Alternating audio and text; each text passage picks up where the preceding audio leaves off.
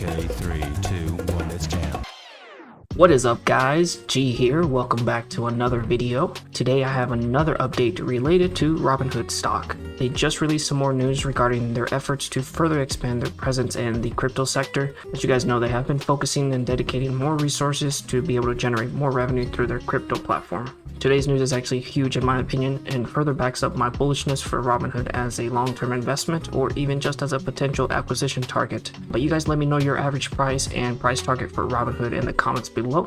And also make sure to watch to the end of the video if you guys want to take a look at the technical analysis. I will be sharing my thoughts on that. Before we start, please take a second to drop a like for me and subscribe for more future videos. These videos do take a while to make, so any support is greatly appreciated. And if you guys are interested in improving your options trading, I highly recommend you check out the Unusual Whales. I will post my link below for a small discount if you guys are interested. With all that being said, let's go ahead and get started with today's video.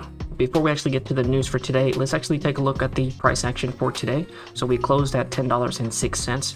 Our average volume is about 21 million. Today's volume was 21,700,000. So just a little bit above average. Today's range ran from $9.50 to $10.55. So a pretty volatile day for the most part, but that does reflect the SPY as well. The SPY for the most part was going sideways, but towards the end it did start rallying. So hopefully we can continue that rally tomorrow, and that hopefully does push Robinhood as well.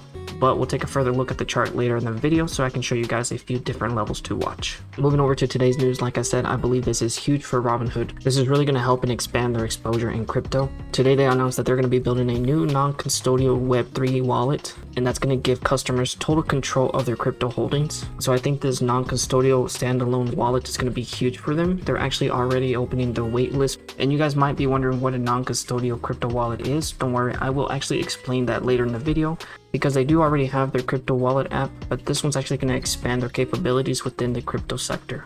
I don't think it's a surprise that trading volumes have decreased across different platforms, and mainly all that's tied up to the stock market being in a downtrend. But even the crypto trading has came down a lot. It actually fell about 39% to about 54 million in their first quarter. So even though the revenue has came down and a lot of people have stopped trading crypto and just stepped away from the market in general, this is the perfect time for Robinhood to actually build and develop more tools for Robinhood and actually find more ways to expand and attract more customers. Because as the numbers showed in previous years, that was their main source of revenue.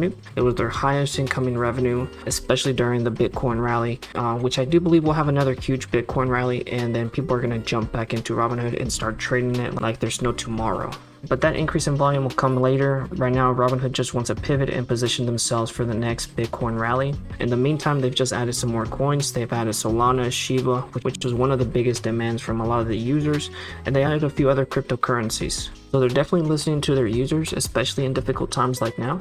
But they also want to maintain those customers. So one of the plans for them is to interface with the Bitcoin Lightning Network so they can have quicker, lower transaction fees. And in the long run, that'll be one thing that differentiates Robinhood from the other crypto platforms. As you guys know, they basically pioneered the zero commission trades for everyone, and I think their plan now is to basically do that same thing on the crypto side. And so as I mentioned earlier, they do already have their crypto wallet, but this one's actually going to support NFT based tokens, so they'll be able to manage those digital assets, which are called decentralized applications or DApps. But you guys know how Robinhood works. They like to make a user-friendly interface and always try to do no fee commissions on some of their setups. So these are going to be two very significant points of uniqueness for the Robinhood's non-custodial wallet. They say that they plan to have their rollout begin at the end of the summer. I think they're also going to have beta programs throughout the year, and then by the end of 2022 their business plans is to make the wallet accessible to all their customers worldwide. So this is actually also going to give them international exposure. I don't remember if Robinhood is actually available outside of the US, but I do know that their crypto side definitely has less regulation, and so that'll be a bigger market for them, and I do believe that is one of the reasons they are actually pushing forward more crypto features. You guys correct me if I'm wrong, but I do think that's going to help them grow their user numbers and everything that comes with it. Coinbase right now offers two kinds of wallets. They have the custodial and the non-custodial. The latter is the Coinbase Wallet app. In order to utilize the Coinbase Wallet for free, customers actually have to pay individual transactions. So one thing that's going to make Robinhood stand out is their non-custodial wallet will not charge any customers any fees for using it, including any network fees for trading and exchanging crypto. No name has been given yet to their standalone non-custodial Robinhood app yet, but they're going to allow the users to link their wallet to their decentralized DeFi ecosystem by letting them use the DeFi protocols and earn interest on their NFT holdings via the lending or staking method. And like I said, since this is going to be a new standalone app, they won't be shared with the exchange, but they will be able to opt in and actually link their non-custodial wallet with the Robinhood app. And so that will actually bridge the disconnect between both apps. The main goal for Robinhood really is just going to be making this non-custodial wallet a lot more user-friendly. Right now, they're very difficult to use, in addition to the cost that is really associated with them. And so just how they brought the zero commission trades for everyone, they want to do the same thing for crypto.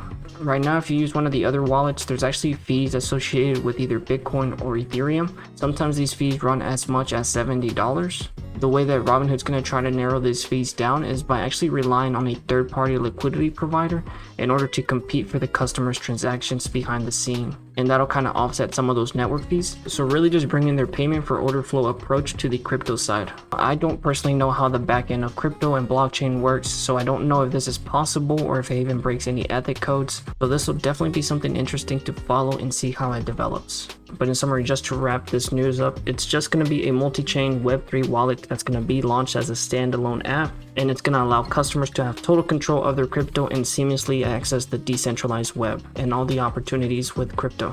The main features are definitely going to be the no network fees. They'll be able to store the NFTs and connect to other NFT marketplaces, as well as earning yield from all their assets. So they're really going to start competing with other wallets such as MetaMask, Trust Wallet, the Coinbase Wallet, and a few other NFT projects like eComi and WaxP that I know of. Now, I don't know much about the NFT marketplaces, but I do think that maybe at some point Robinhood can open up their own NFT marketplace, kind of like DraftKings, or at the very least host their own marketplace where other people can post their NFTs. I think there's like C Limited that I think does something like that. So the possibilities are pretty endless with the crypto side, especially since the NFTs are still in an early stage. There's a lot of artists and musicians still barely getting on board. So looking forward to see what the possibilities are with this.